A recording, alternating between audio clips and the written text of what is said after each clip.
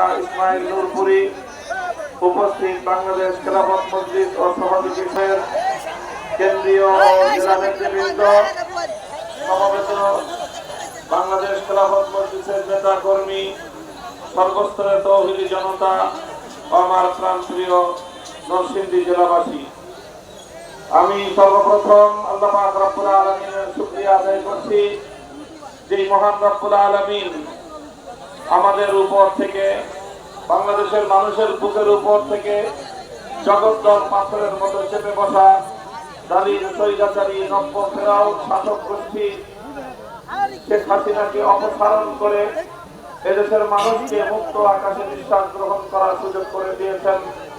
আল্লাহুম্মা লাকাল হামদু ওয়া লাকাশ শুকর।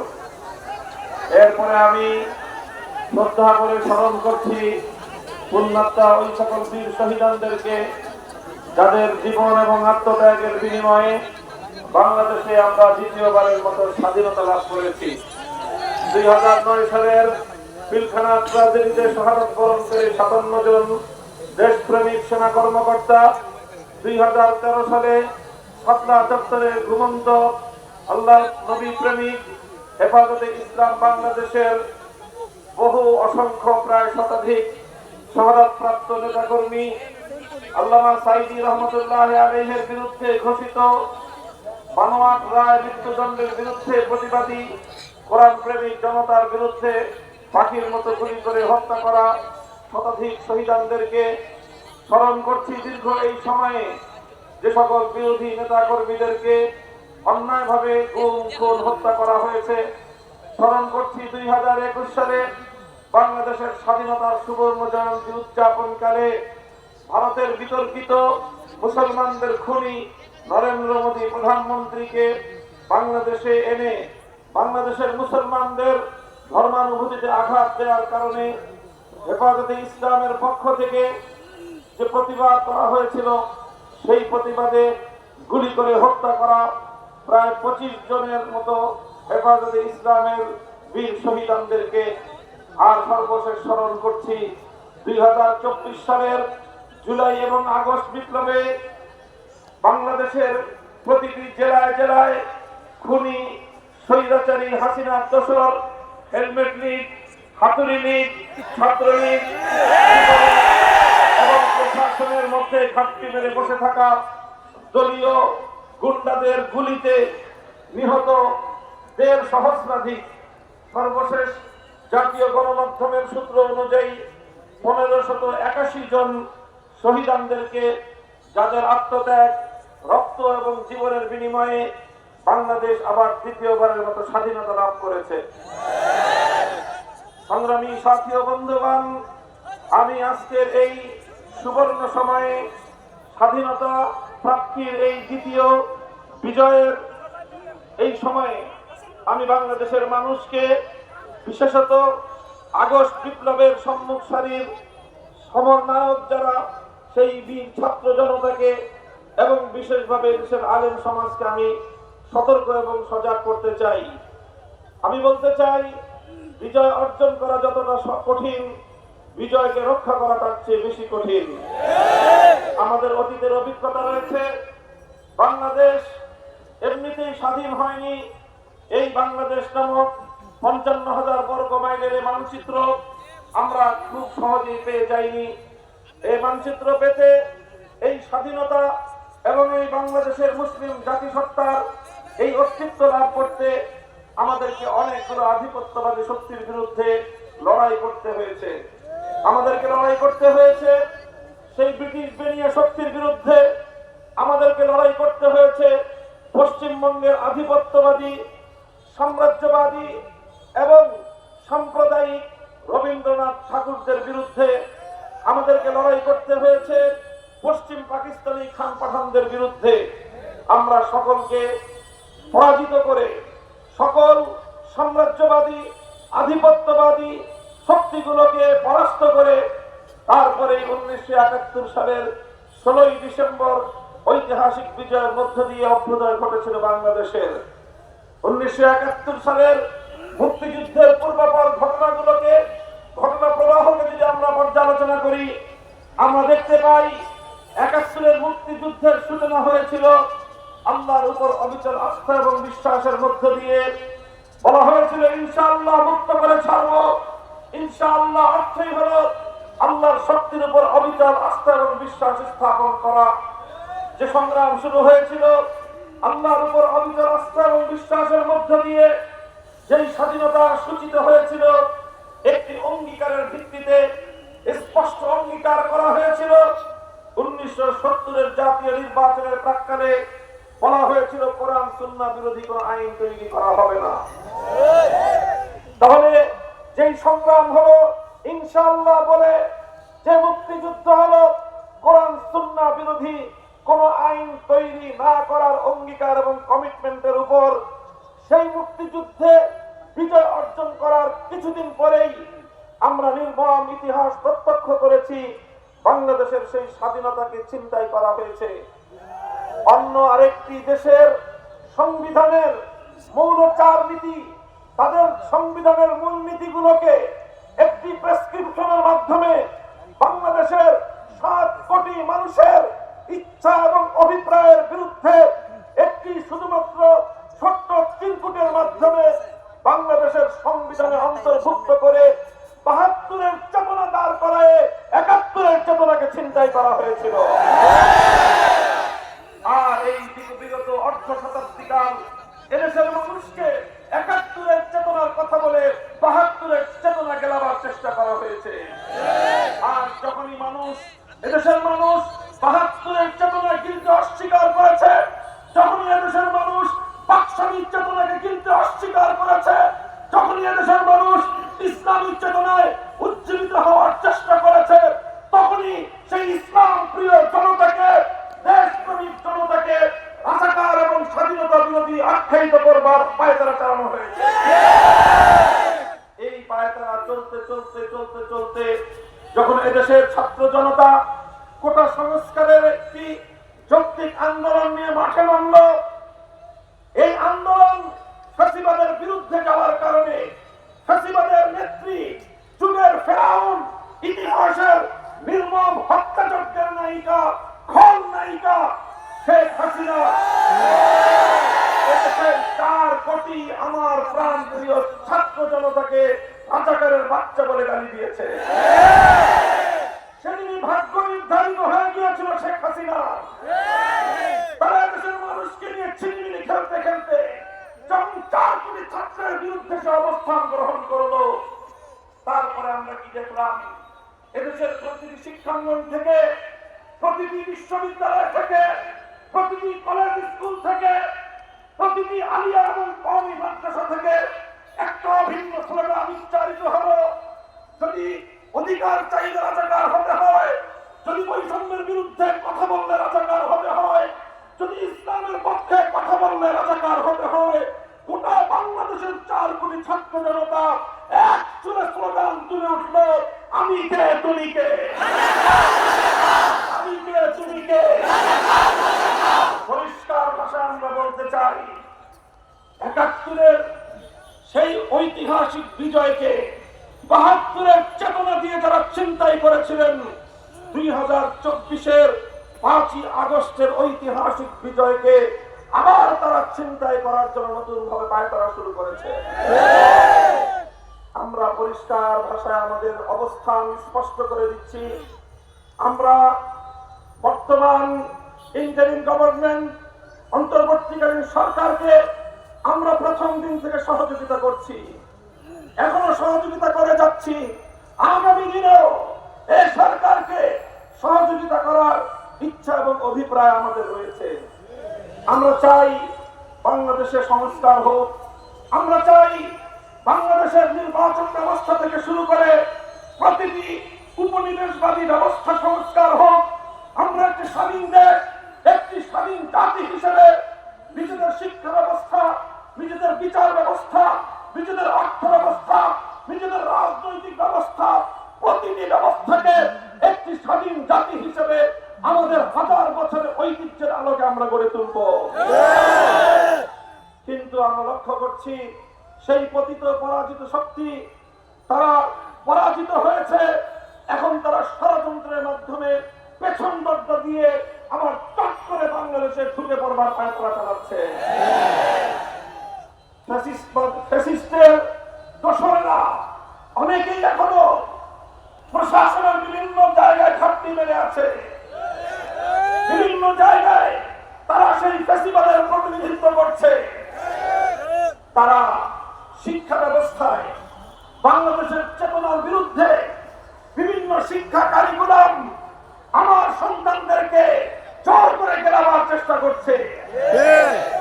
আমরা স্পষ্ট ভাষায় বলতে চাই, কিছু কিছু জায়গা আছে সেখানে আমাদের নমনীয়তার কোনো উপায় নেই, আপোষ করবার কোনো সুযোগ নেই, ছাড় দেওয়ার কোনো প্রশ্ন আসতে পারে না।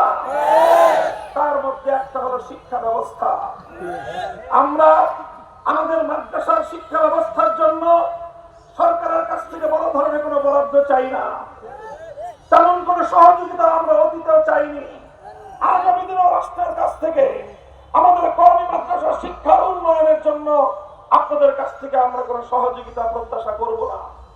কিন্তু মনে রাখবেন, আমরা এদেশের আলেম সমাজ, এদেশের ইসলামপন্থীরা বাংলাদেশের 90% মুসলমানদের প্রতিনিধিত্ব করে। প্রতিটি জাতীয় ইস্যুতে আমাদের বক্তব্য থাকবে, প্রতিটি জাতীয় ইস্যুতে আমাদের কথা থাকবে। আমাদের বক্তব্য এবং কথাগুলোকে শান্তিপ্রিয় ভাবে যুক্তি দিয়ে অনুধাবন করার চেষ্টা করলে ভালো হবে ইনশাআল্লাহ। জাতীয় শিক্ষা ব্যবস্থায় হিন্দুত্ববাদকে আমরা গ্রহণ করি নাই। শেখ হাসিনার মাধ্যমে শেখ হাসিনা যাদের সেবাদাসী ছিল, সেই হিন্দুত্ববাদী ভারত সরকার আমার দেশের আগামী প্রজন্মকে হিন্দুত্ববাদে দীক্ষিত করবার পায়তারা চালিয়েছিল। এদেশের ছাত্র জনতা ফুঁসে উঠে, এদেশের ইসলাম প্রিয় জনতা বুকের রক্ত দিয়ে হিন্দুত্ববাদকে রুখে দিয়েছে। এখন যদি হিন্দুত্ববাদের জায়গায় কেউ নাস্তিক্যবাদকে চাপিয়ে দেওয়ার পায়তারা চালান, অথবা কেউ যদি পশ্চিমা বেহায়া সভ্যতার কাছ থেকে সমকামিতার এজেন্ডা আমার এই শাহজালাল শাহ আব্দুল খান জাহাঙ্গীরের বাংলাদেশে আমদানি করবার পায়তারা চালান, আবারও বলছি, বিনয়ের সঙ্গে বলছি, রক্ত দেব, জীবন দেব, যুদ্ধ করব, সমকামিতা বাংলাদেশে আমদানি করতে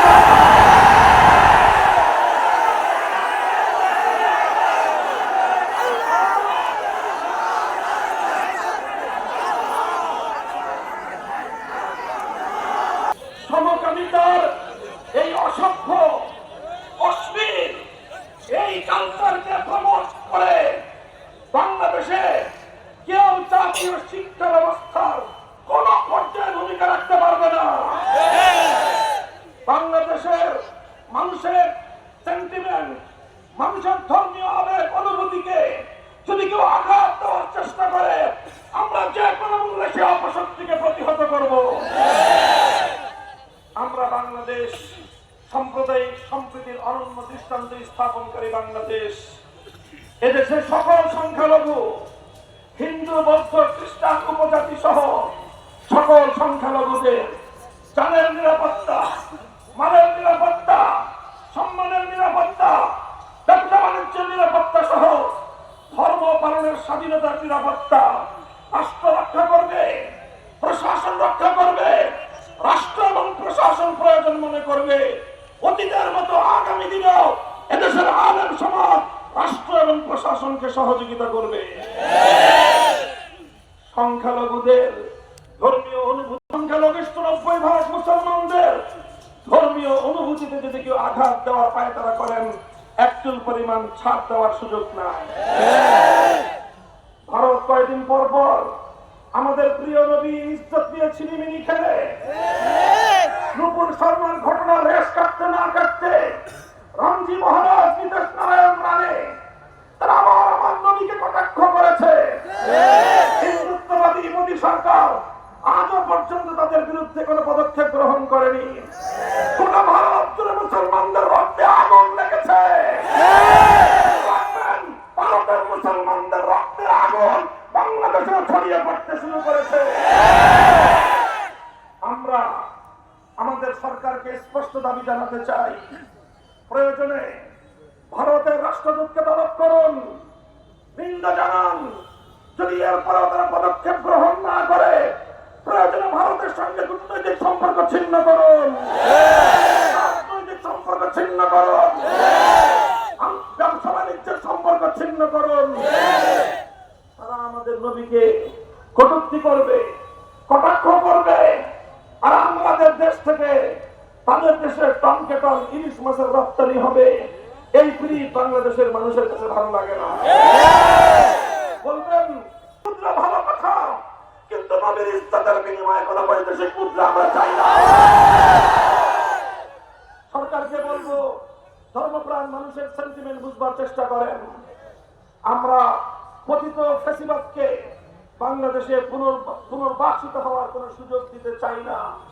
এজন্য অন্তর্বর্তীকালীন সরকারকে সকল ক্ষেত্রে সর্বোচ্চ ধৈর্য ধারণ করেই আমরা সহযোগিতা করছি এবং সামনের দিনেও করে যাব। কিন্তু যদি অন্তর্বর্তীকালীন সরকারের দুর্বলতার সুযোগ নিয়ে কোন বহির শক্তি অথবা পরাজিত পতিত শক্তির দোষকেরা যদি শিক্ষা ব্যবস্থায় ঘাটতি মেরে বসে থেকে, আদালতে ঘাটতি মেরে বসে থেকে, প্রশাসনে ঘাটতি মেরে বসে থেকে এদেশের শান্তিকামী বিপ্লবী মুসলিম জনতার বিরুদ্ধে, ইসলামী জনতার বিরুদ্ধে কোন ষড়যন্ত্রে দানা বাঁধতে শুরু করে, তাহলে আমরা সেটা প্রতিহত করবো ইনশাআল্লাহ। আমরা আন্তর্জাতিক অপরাধ ট্রাইব্যুনালের যে আইন সংস্কারের নামে কিছু নতুন ধারা সংযুক্ত করার প্রস্তাবনা করা হয়েছে। অত্যন্ত ঘৃণিত নির্লজ্জ একটি আইন হলো তার মধ্যে ম্যারিটারিয়াল রেপ নামে, বৈবাহিক ধর্ষণ নামে, স্বামীর দ্বারা স্ত্রী ধর্ষিত হওয়ার এক আজগুবি বেহায়াপনার একটা আইন, স্পষ্ট আল্লাহ প্রদত্ত স্বামীর অধিকারকে দুপায়ে দলিত করবার আইন বাংলাদেশে ফ্যাসিবাদ অন্তর্ভুক্ত করে দিয়েছে। বর্তমান সরকার সেটাকে আরো বেশি প্রমোট করে আন্তর্জাতিক অপরাধ হিসেবে সেটাকে অন্তর্ভুক্ত করবার প্রস্তাবনা করেছে। জোরপূর্বক গর্ভধারণ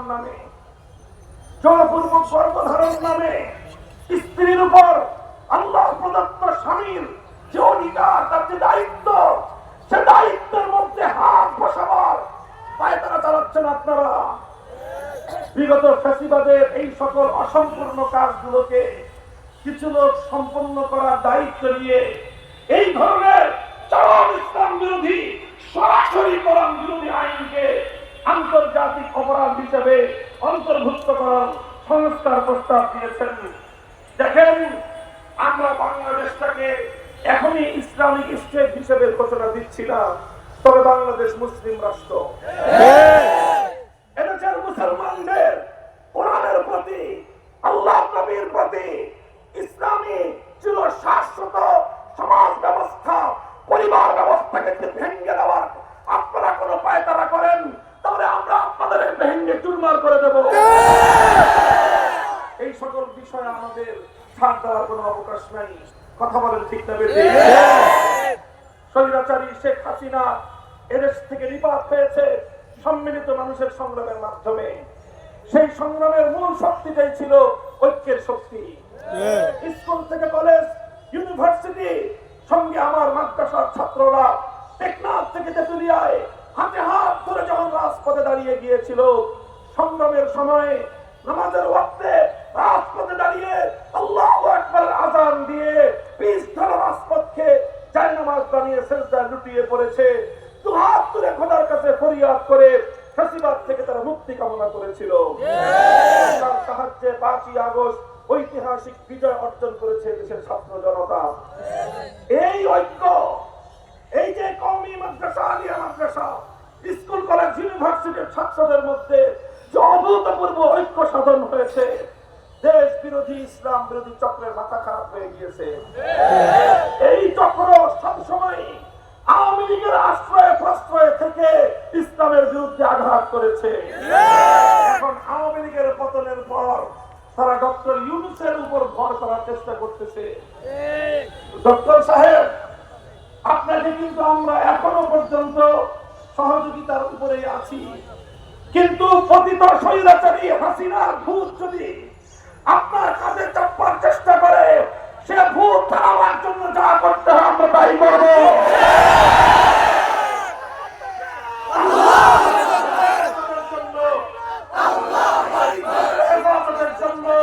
ইসলামের সম্মান রক্ষা করার জন্য যদি আমার চাপড়া চত্বরে যেতে হয়, রক্ত দিব, কারবালা তৈরি করবো আমরা।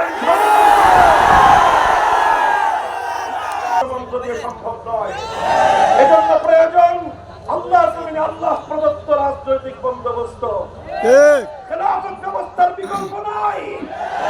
আগামী দিনে আল্লাহর এই জমিনে খেলাফত ব্যবস্থা বাস্তবায়ন করার জন্য খেলাফত মজলিসের পতাকা ধরে শামিল হবেন কারা?